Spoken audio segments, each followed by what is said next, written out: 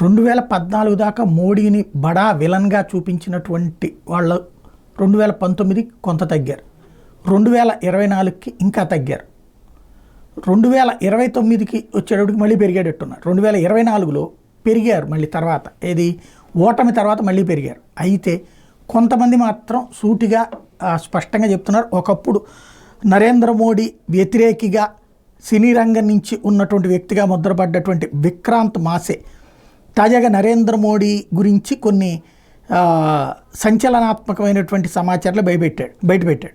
2019లో సూరత్లో coaching fire ఏదైతే సూరత్లో తగలబడినటువంటి అంశం ఉందో, భారీ అగ్ని ప్రమాదానికి సంబంధించిన అంశం, దాని గురించి నన్ను కొంతమంది మాట్లాడమని చెప్తేనే నేను మాట్లాడాను, నరేంద్ర మోడీని టార్గెట్ చేయమని చెప్తేనే నేను టార్గెట్ చేశాను, అంతే తప్పించి నాకు వ్యక్తిగతంగా ఫీలింగ్ లేదు అని చెప్పుకొచ్చారు. అంటే ఇప్పుడు భయపడుతున్నారా, లేకపోతే కనుక ఏ ఉద్దేశంతో మీరు ఈ వివరణ ఇస్తున్నారు అని జర్నలిస్ట్ అడిగితే, నేను దేశమంతా తిరిగాను, షూటింగులు పుణ్యమ కానీ ఇతరత్ర కానీ, అలా వెళ్ళినప్పుడు ప్రజలలో ఉన్న స్పందన చూసిన తర్వాత తప్పు అనిపించింది, తప్పు చేస్తున్నాం అనిపించింది, అందుకని నేను ఇప్పుడు ఎక్కువగా విమర్శించట్లేదు, అదే సందర్భంలో అసలు నిజం చెప్పడం కరెక్ట్ అనిపించింది అని చెప్పుకొచ్చాను.